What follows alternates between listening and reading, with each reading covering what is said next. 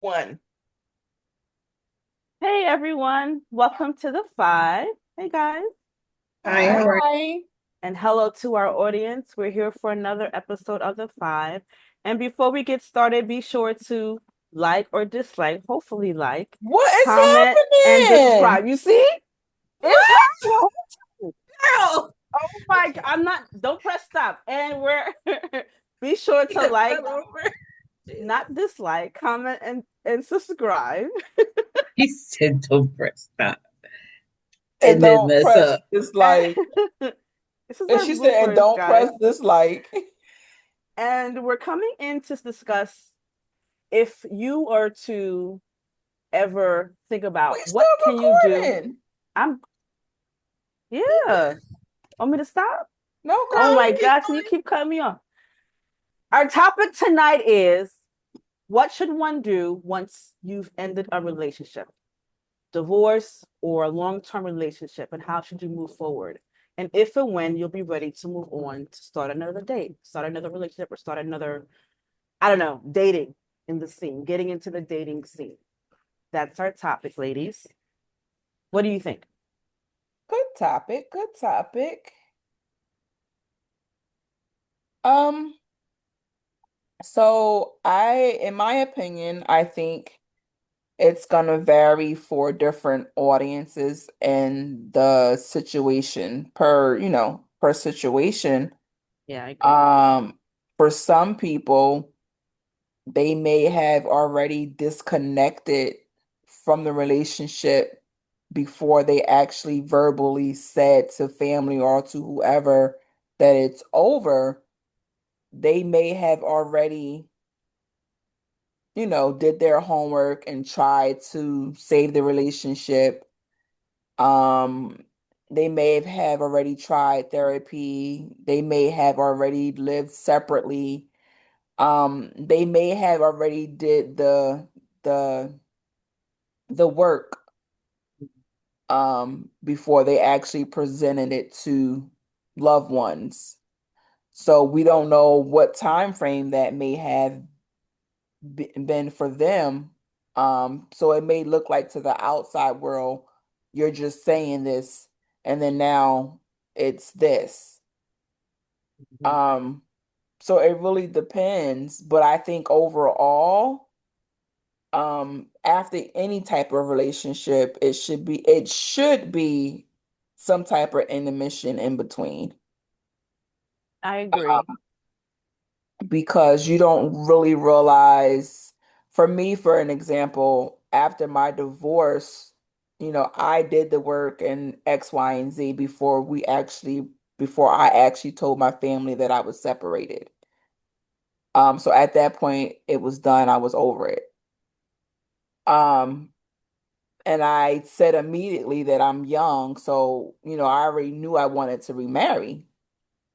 And I was like, okay, well, I'm giving myself, for an example, next 5 years, I'm gonna be married.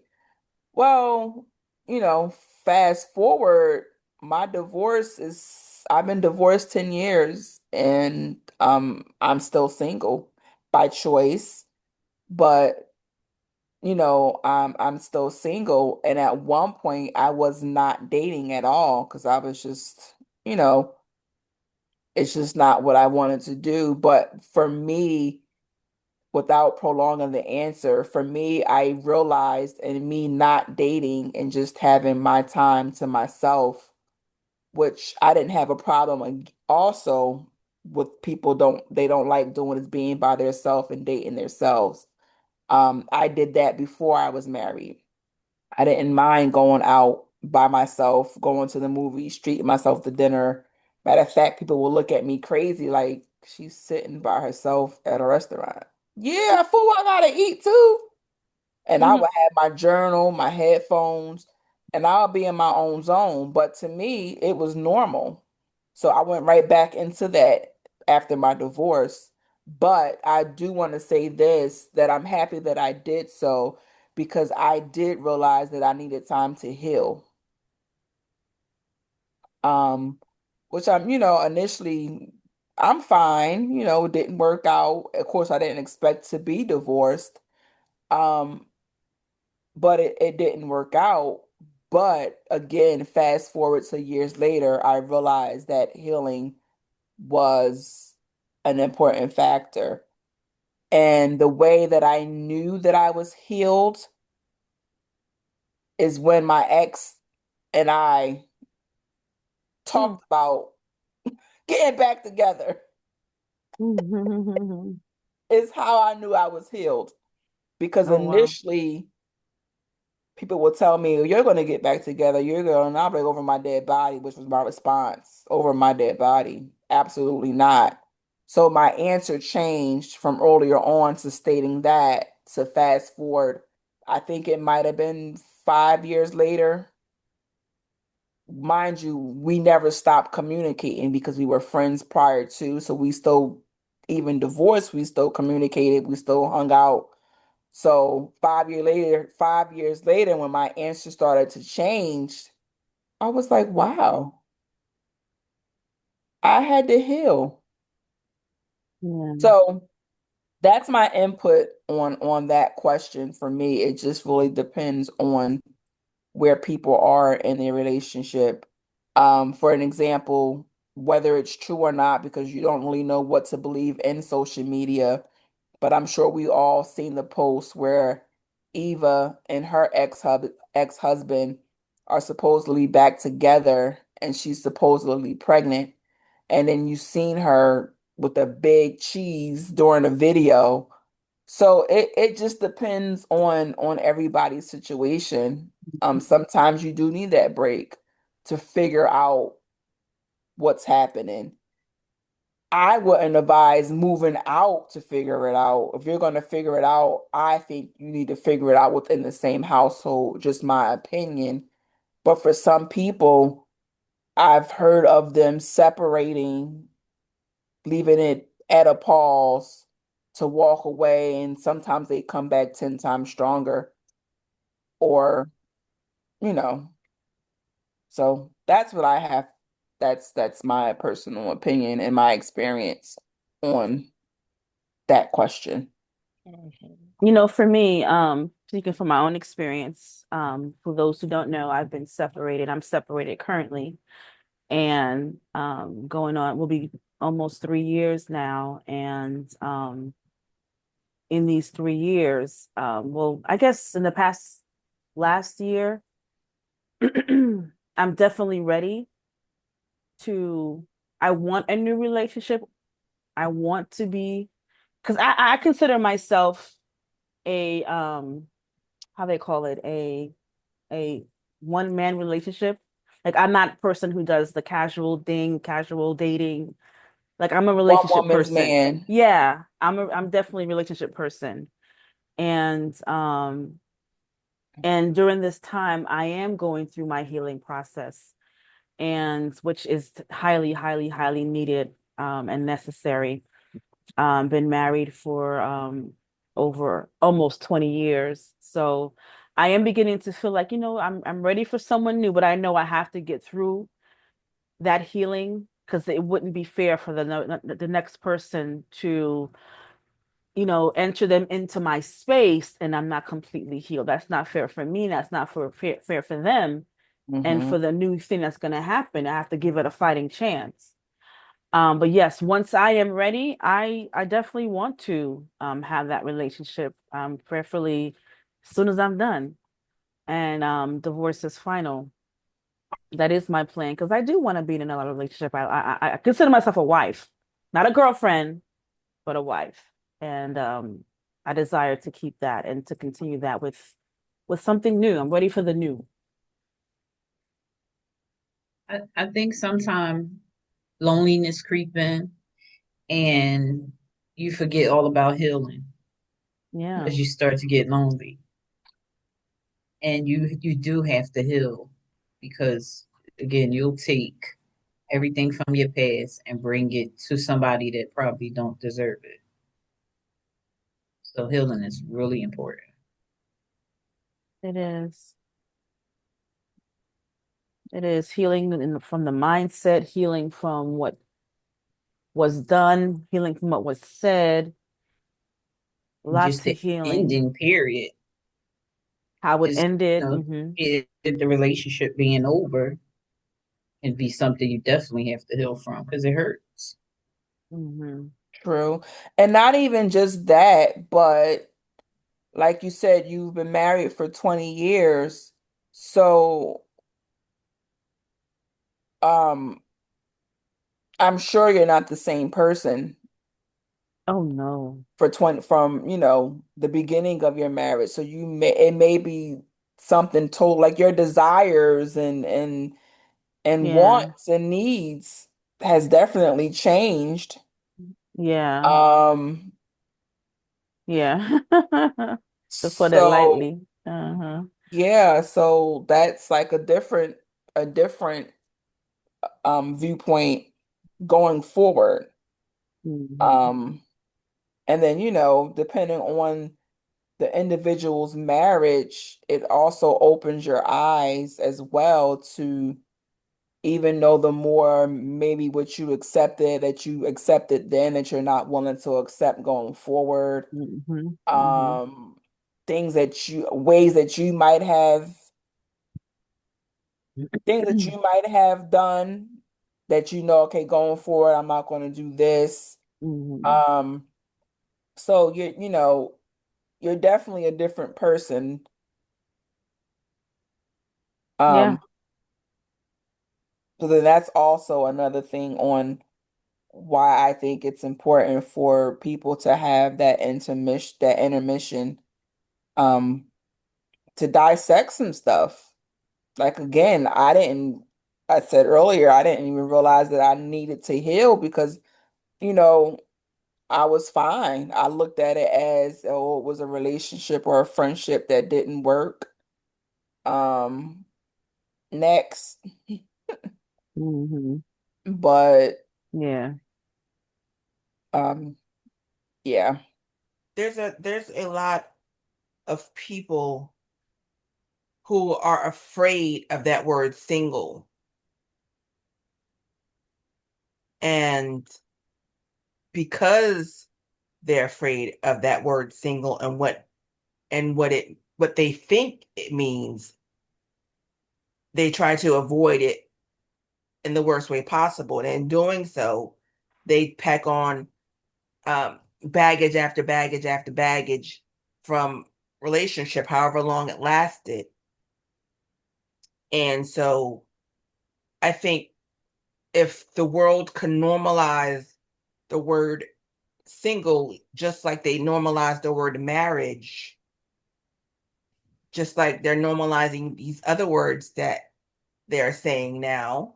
Um, if the word single was normalized, I don't think it would be as bad as people think it is.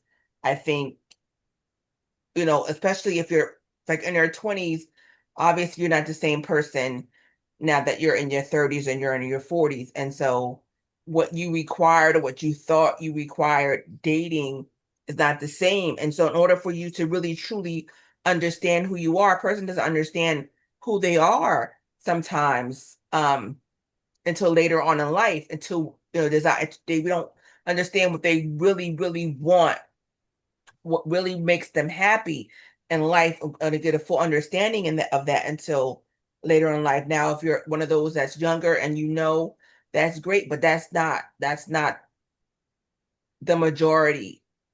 And so at some point, when are you gonna know and understand what it is that you're looking for, what it is that you want? And you can't do that if you're attached to someone. So I just think that, if we just can normalize the word single, because it's not a bad word once you understand that it's not a bad word. It has bad stigmatism to it. And it's, when you're single, there's a lot of things that you can do that you can't do when you're attached to someone. You can't just pick up and go when you want. You can't just sleep late if you want. There's certain things that you can do as a single person that you really can't do when, when you're attached to someone. Mm. Yeah. Speaking of single, going back to you were saying, Tamika, I'm ready to have those single solo dates on my own.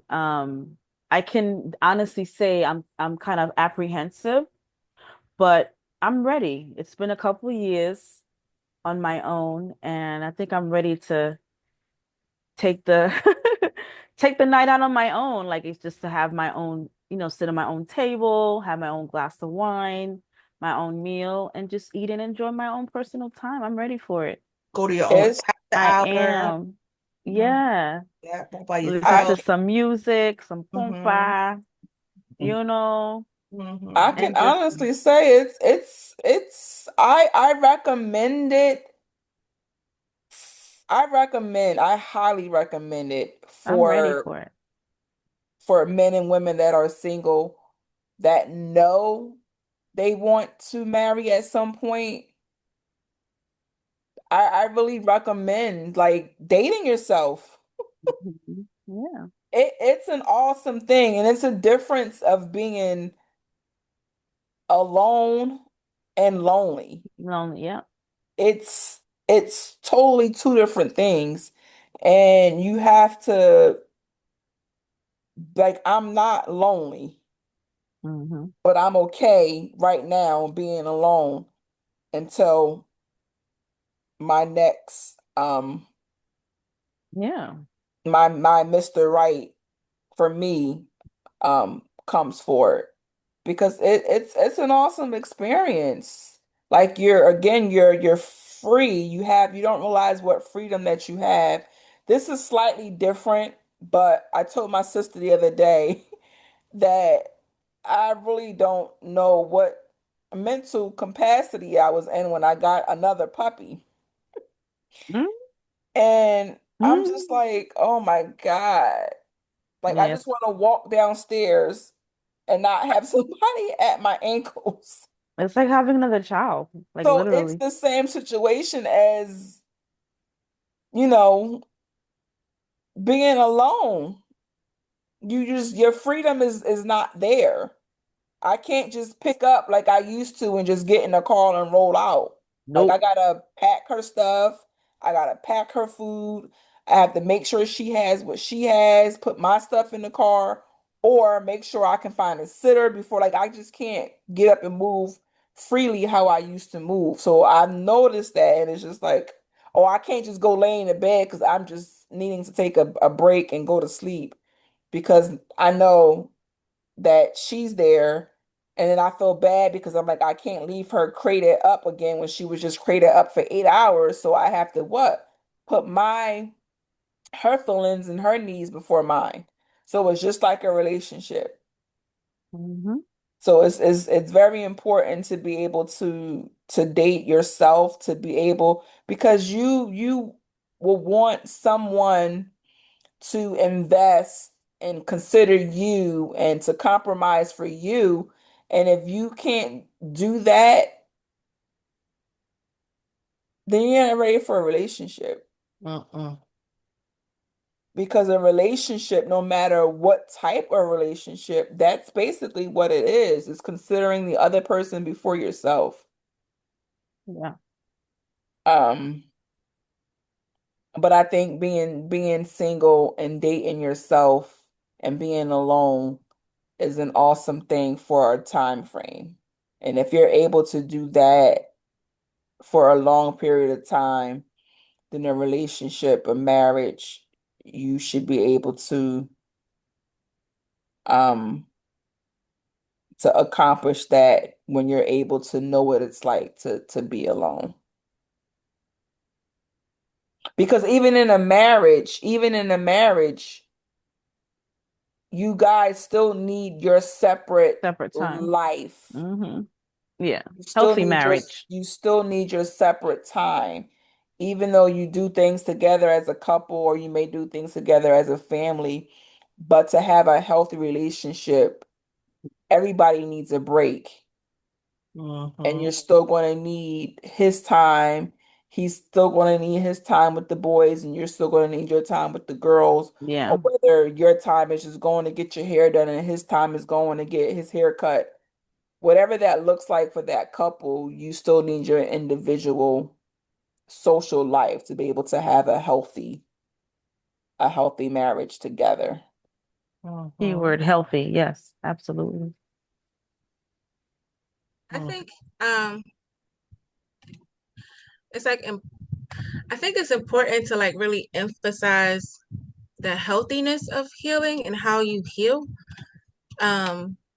Because I feel like the same way sometimes fractures can heal incorrectly, people can too. And oftentimes we talk about healing, but we don't really emphasize the healthy part of it, like and why it should be a healthy format and not just like to our own standards, but to the standards of God, if that's what we're following, which is, what we would be following. Because sometimes, for example, myself, I have a list. I have a list. This list, this list has existed for a very long time. It's actually gotten listier over the years, and it wasn't until a guy that's interested in me was like, you have this list of demands, and if it's not done like when you want it done, like how you want it done, at your list is not checked off the way you want it to be, it's like that person is just like, eh. And so I was talking to my mom the other day, and I was sharing with her yesterday, actually. I was sharing with her what he said and how I felt about it, and my list. And she's like, well, that's rather bratty of you. And I'm like, me?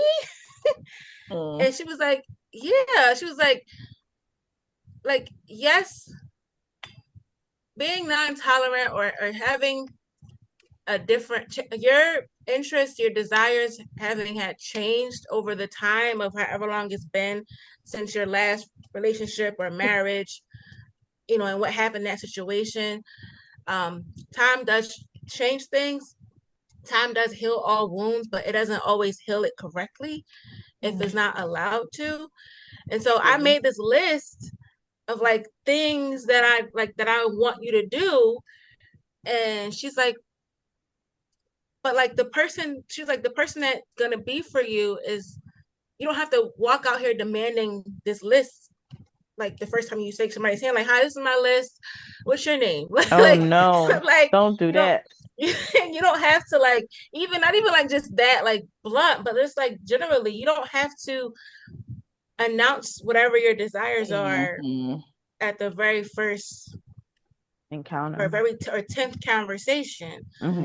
Sometimes it can be, and it is rather bratty of us as human beings, where we develop these things of like, okay, well, the next time I do this, it's not going to happen this way, it's not going to be this way, he or she's not going to do this, that, and the other.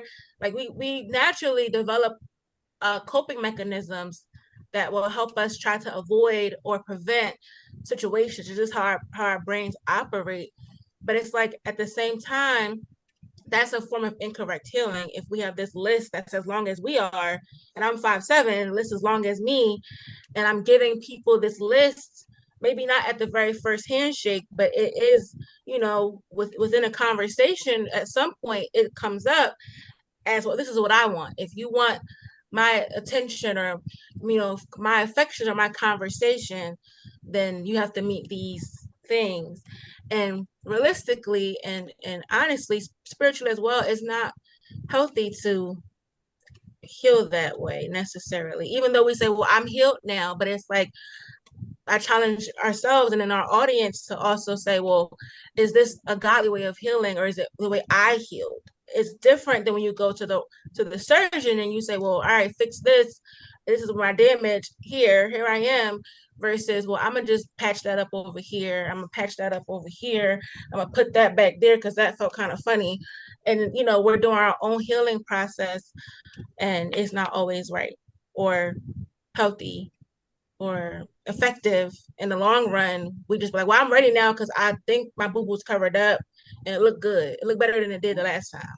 So that is actually a good point. And what I have to say to that is also with these lists, when you meet somebody, you can't go off with you presenting this list of your demands. you really are not given the whatever that is time to go off the vibe, or you're not giving the person time to learn and figure Mhm. you out naturally, because you have this list and it's just like you're telling them what you want. So it's easy for somebody to go off, okay, she don't want a smoker. She want me to wear red pants only. I can only wear Mm-mm. Converses. I can only wear button ups with the button on the pocket on the right side. So they know to go to the store and look for this button up with the pocket on the right side. They know to go and look for these red chucks or these red slacks because you told them what you want from the door. That's not giving you the chance to actually see who they are, because they're going according to what you built. Yeah. Mhm. They're not even able to present themselves naturally, and you Mm-hmm. might find out you don't really like red slacks only, that you kind of might really like green or blue, but you're not giving them a chance to be themselves and show you their style, because you got in mind this list that you created when we was 13, Yeah. and where everything was so anal. Mhm. And that Um, also gives them the opportunity to hide who they truly are, good or bad, right, because you right. gave them the cheat code. Because you Mhm. gave them the cheat code, you So broke now, everything down. yeah. So if you don't want babies, if you want babies, or if you don't only like poodles, or like, you giving them to be able to pretend Hmm. this list. And but even though it's going to take some time, because they only can pretend For so long. for so long, so at some point the real them is gonna show. But and then that's another thing, you're not giving them the chance to actually to vibe, and they Hmm. might be scared to go on a second date because they like, okay, she's strict. So you're not giving it a natural chance to really vibe and to go and see where it can actually flourish, because we're so demanding. And then also like too, like because so, society, especially when I was younger and even now, like social media, like they hype that list, like they hype these prayers up, which I will say is from a witchcraft as well. But they hype these prayers up to say, well, pray for this person, pray for this, pray for this scenario, and it's like, yes, putting your desires before the Lord is what you're supposed to do, but it shouldn't be a preoccupation where that's why you're praying.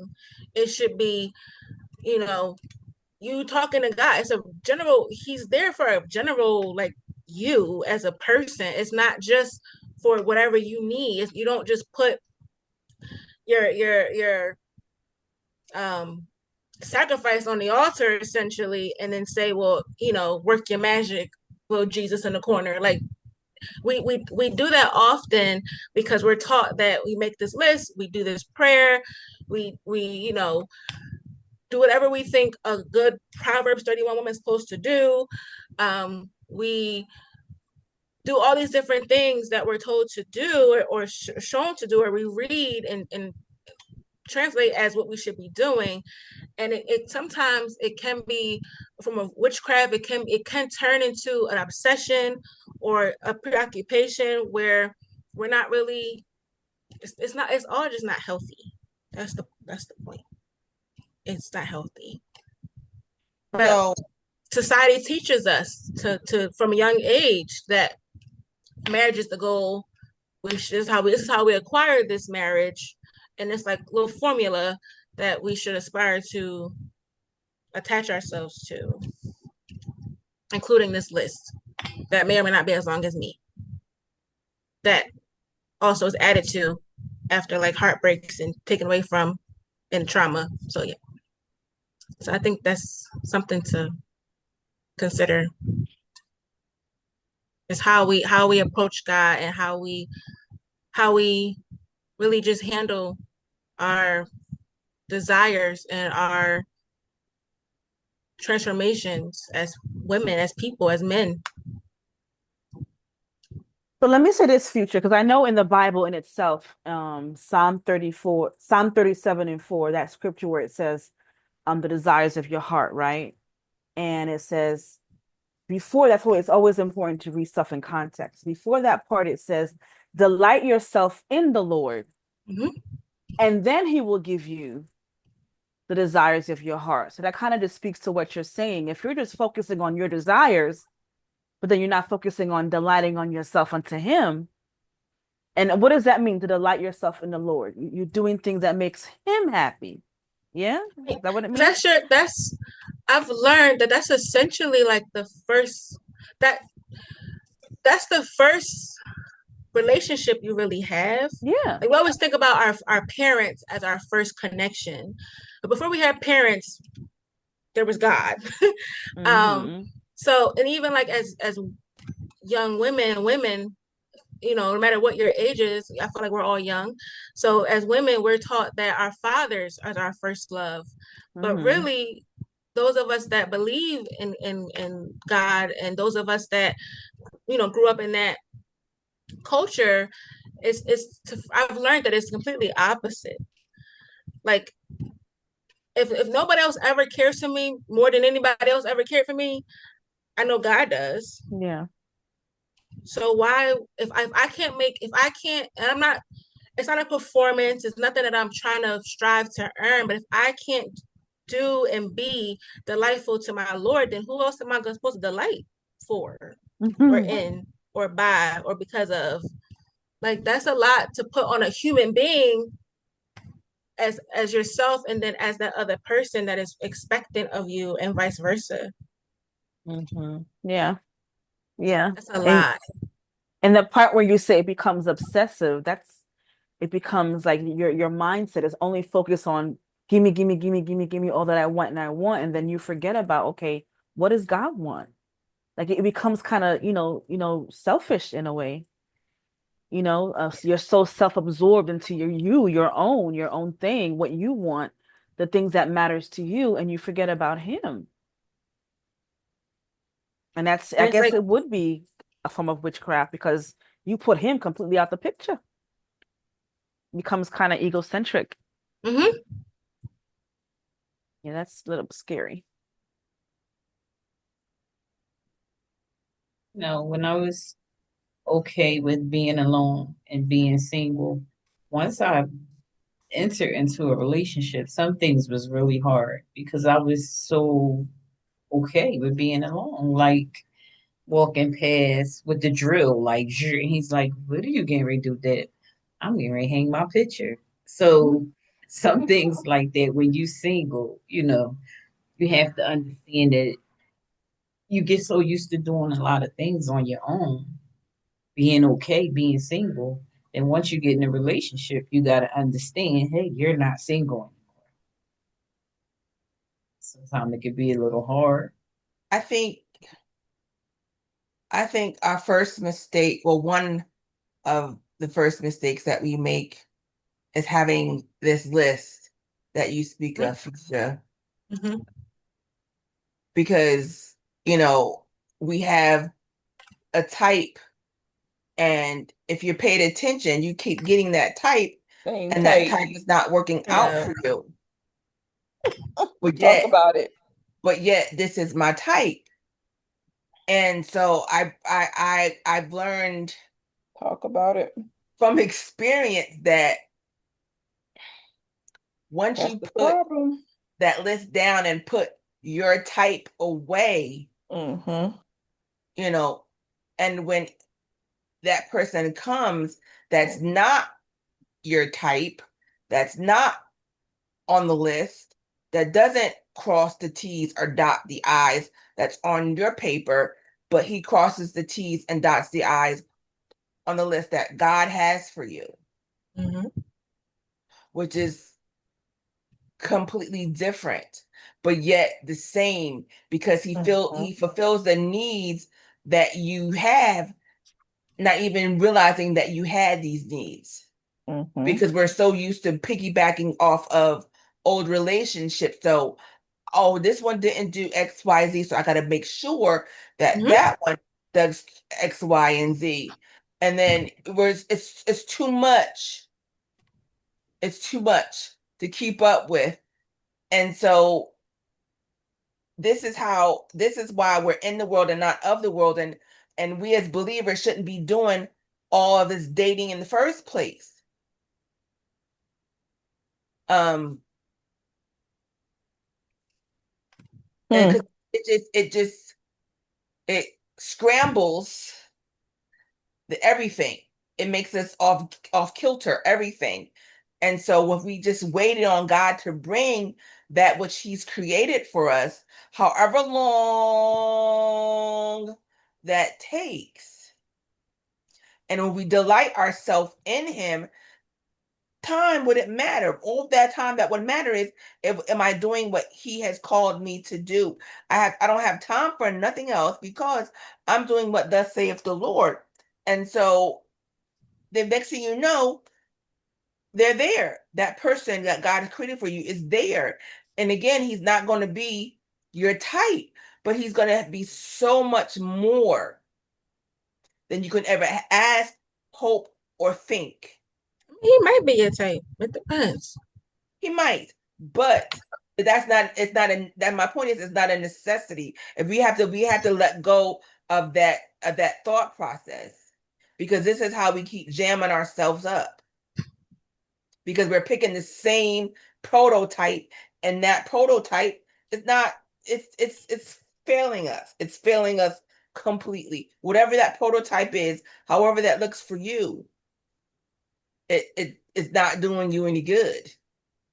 But eventually we'll come to the understanding, oh, hopefully, if you come to the understanding that, yeah, this isn't working, so let me try it God's way, because I'm not doing something right. Also, with that, being alone and dating yourself, and hopefully you're not just dating yourself, but you're spiritually feeding yourself and etc. With that, when you're least expecting is when the right one can stumble across your path because you're not so focused on finding your list. I think one example, one example that comes to mind is Ruth. We love Ruth. We all love Ruth. Everybody loves Ruth. But I don't I don't think we really realize. I think I've gathered from just conversation with the elder women in my life, and then just social media, and just how we interpret the Bible and how we take a lot of things as a transliteration of what we're reading. So we don't really always understand or really like dive deep into it. But Ruth is an interesting story, Ruth and Boaz, because this woman leaves her home. Her spouse dies, so that's traumatic. And then she leaves her home, but she doesn't like cling to another. She clings to her mother, but she doesn't cling to like another mate. She clings to God first. And we don't like, that's something that when we get out of situations, relationships, whatever have you, marriages, I think going back to the part about dating yourself, but also clinging to God first. Because one of the first things she says after her mother-in-law tries to force her to leave, the other one left. She was like, all right, I'm out. But she was like, no, I'm riding wherever you riding. Where you going, I'm going. Who you worship is who I'm worshiping. So she completely just was like, all right, well, I'm completely absorbed into this thing. I have nothing else to turn back to. So I might as well look just towards whatever you're looking towards. That seems like it's rather interesting compared to what the lack that I have. She didn't become bitter. She didn't make this list. She didn't add to this list that she made when she was 12. Like she she really just locked in. And it's not like she locked in and was like, well, I'm done, this is it. it was like, well, I'm locked in at the time where women, if they were by themselves, they were at risk of brutal abuse, attacks, just all types of things in that time period. They were vulnerable.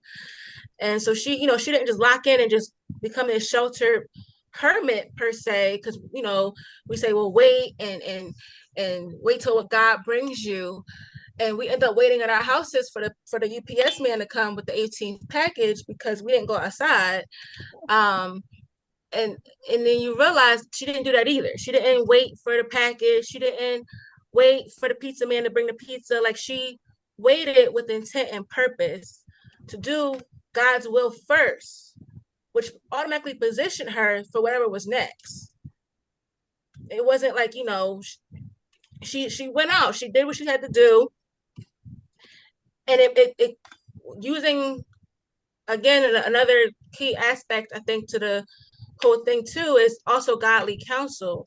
Even though her mother-in-law and her made this plan, it was in a sense what God designed for her to make this plan to find another person. You're by yourself.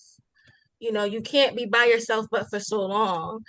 I don't have anything for you. You need to go out and position yourself and let God position you for the next person versus locking in. Like we always say, lock in.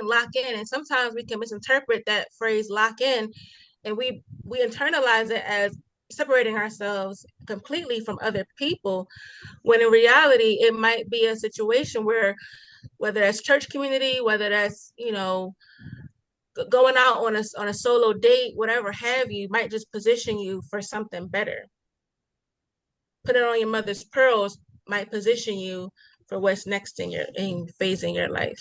So I think, we talk about Ruth all the time, but we don't really understand how God really moved Ruth to get what she needed for that next stage in her life. And that's important. We romanticize that story, but it's not a romance story at all.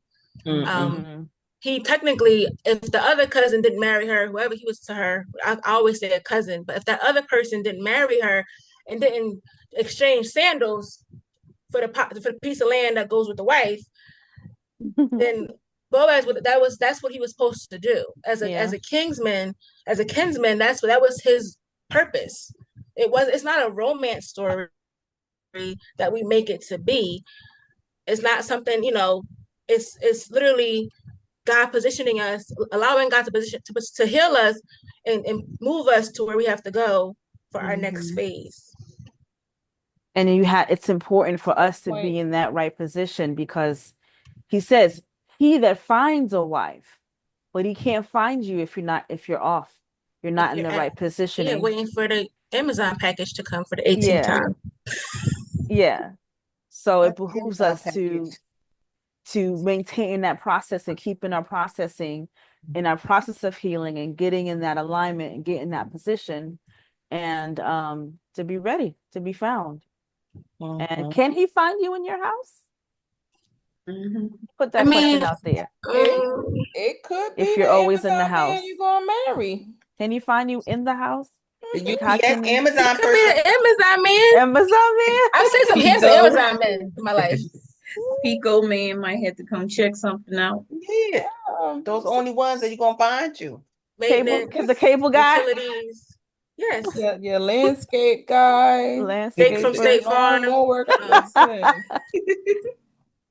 No. Okay.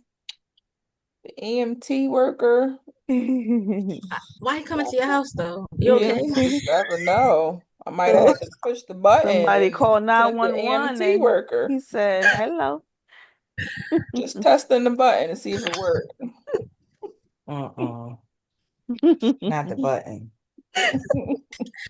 I've fallen. I can't get out. You on life alert already? I didn't know it was that soon. Listen, you just never know. I've fallen. I can't get out. That's Bernice. Let me see if this thing works. Just to see who's gonna pull up. Well, I think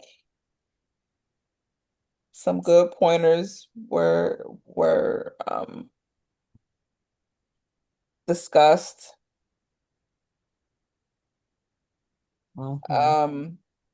I don't know. Does anybody have anything good to advise the people for our closure? Prayer. Yeah, I think no matter what season you're in, whether you're married, whether you're single, whether you're divorced, whatever you Engaged. engaged, yeah, wherever That's you happening a are, lot. um, your best bet is to um it's just to seek the Lord, seek the Lord, talk to him, have conversations with him, build up your personal relationship with him, especially now because so real quick, so even now when you're single, you build your schedule, and in that schedule you incorporate the Lord, right? So that way when you get married, when you become a unit, you still have to keep to that schedule. If a schedule was never in practice, it's harder to get God in your schedule. But if you do it now more and do it becomes regularly, so when that time comes, oh no, babe, I'm sorry, but this is God's time, and you stick to that time. And so, just I think it's the time now to um just learn who you are, learn what God desires from you on a personal level. If you're, no matter what situation you are, it's never too late to learn. And if it's never too late to even dig deeper, to dig deeper into things of God, because he's a necessity. He's a necessity for sure. And Hmm. so yeah, that's the encouragement that I have. Amen. And I would just also say that, whoever you had on quote unquote list in your 20s, it's not going to be the same list in your 30s or 40s or beyond, because you grow and you mature. And even me, the relationships that you've gone through, you change. Hopefully, prayerfully, you do change and you learn from that. So what you like then, absolutely, you're definitely not gonna like now. You're gonna add to it and take things away. So, but if you are a believer of the Lord, because I know we have different people coming in, joining in, and that's okay. We welcome you all. But we're believers. We're putting out there. And if you are a believer of the Lord, keep him first. Put him first, and then he will do the rest. He will add to it. He will give you the desires of your heart. But keep him at the heart of the matter at all times. Mhm. Amen. Amen. Mhm. Absolutely. And with that being said, we thank you for watching. Don't forget to like, dislike, comment, share, and subscribe. Until then, peace out. Hi, Bye. everyone.